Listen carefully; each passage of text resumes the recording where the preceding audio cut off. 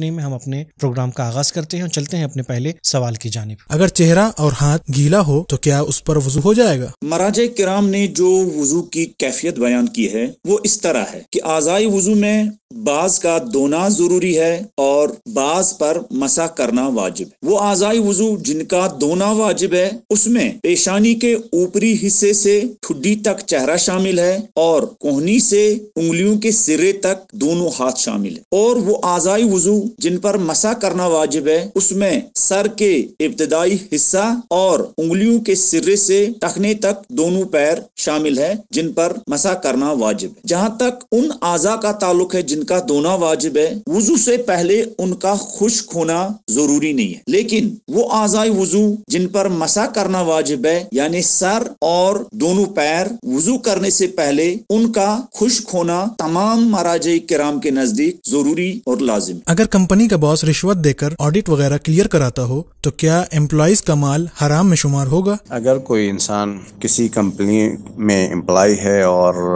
اس کا باس کرپشن کی وجہ سے رشوت وغیرہ دے کر کے اپنا حساب آڈٹ کراتا ہے تو اس سے اس کے ورکرز اور ان کے امپلائیز کی جو سیلری ہے اس سے کوئی فرق نہیں پڑے گا جب تک کہ اس کمپنی کا کام جائز ہوگا، یعنی کمپنی ٹوٹلی کام جو کر رہی ہے وہ جائز کام کر رہی ہو، ناجائز کام نہ کر رہی ہو، تو اس وقت تک امپلائیز کی جو سیلری ہوگی اور امپلائیز کو جو پیسہ وہاں سے ملے گا وہ سب جائز ہوگا اور اس میں کوئی شک اور شبہ کی کوئی گنجائش نہیں ہے۔ لیکن ہاں اگر خدا نخواستہ کوئی کمپنی ایسی ہی ہے کہ جس کا کام ہی ناجائز ہے تو پھر وہاں کام کرنا بھی جائز نہیں ہوگا اور وہاں سے سیلری لینا بھی جائز نہیں ہوگا۔ تو جب تک کوئی باس اور کمپنی کا ہیڈ اگر رشوت دے کر کرپشن کی وجہ سے رشوت دے کر کے آڈٹ کرا رہا ہے تو اس سے امپلائیز کی تنخواہ کے اوپر کوئی اثر نہیں پڑے گا۔ جہاں شیعوں کی مسجد نہ ہو وہاں نماز جماعت کا کیا حکم ہے؟ اہل سنت کے پیچھے بالکل نماز پڑھی جا سکتی ہے اور فقہا نے اس کی اجازت دی ہے، آیت اللہ سیستانی اس کی اجازت دیتے ہیں کہ تقیہ کی بنیاد کے اوپر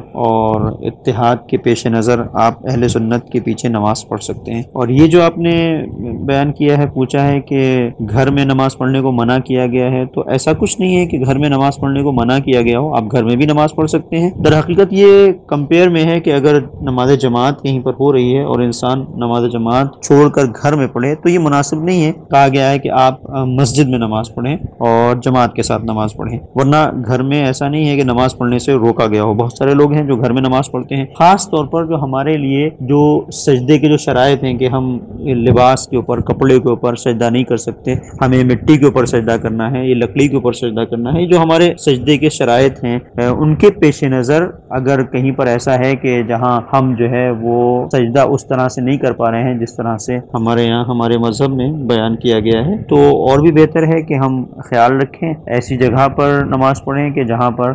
ہمارا سجدہ صحیح ہو سکے۔ اچھا، اب اس کے علاوہ جو دوسری بات ہے وہ یہ کہ آپ اہل سنت کے پیچھے جب نماز پڑھ رہے ہیں تو ایک چیز کا آپ کو خیال رکھنا ہے اور وہ یہ ہے کہ آپ کو حمد و سورہ کی تلاوت کرنی ہے، آہستہ آہستہ کرنی ہے حمد و سورہ کی تلاوت۔ یہ جو ہے اگر آپ نہیں پڑھ سکتے حمد و سورہ آہستہ آہستہ بھی تو اپنے دل میں پڑھیں، لیکن ایک چیز کا اور دھیان رکھنا ہے یہاں پر، جب ہم اہل سنت کے پیچھے نماز پڑھ رہے ہیں، پرمیشن بھی دی گئی ہے، فقہا نے اجازت دی ہے، لیکن ہم اگر آمین کہیں گے تو ہماری نماز باطل ہو جائے گی۔ اور اسی طریقے سے تکتف بھی، جو ہاتھ باندھنا ہے وہ بھی صحیح نہیں ہے، مگر یہ کہ پھر اس کی ایک صورت ہے کہ اگر بالکل مجبوری ہے، جیسا کہ آپ نے کہا ہے، اگر تقیہ کی صورت ہے تو آپ تکتف کر سکتے ہیں، ہاتھ باندھ سکتے ہیں، لیکن آمین، بہرحال آمین کہنے سے آپ کی نماز باطل ہو جائے گی۔ تو ان چیزوں کا آپ دھیان رکھیں تو کوئی مسئلہ نہیں ہے، آپ چاہیں تو آپ اپنے گھر پہ نماز پڑھیں اور چاہے تو اہل سنت کے پیچھے بھی نماز پڑھ سکتے ہیں۔ تو دوستوں، یہ تھا ہمارا آج کا پروگرام۔ امید کرتے ہیں آپ کو یہ پروگرام پسند آیا ہوگا۔ جمعرات کو پھر آپ سے ملاقات ہوگی، تب تک کے لیے اجازت دیجیے۔ خدا حافظ، شکریہ۔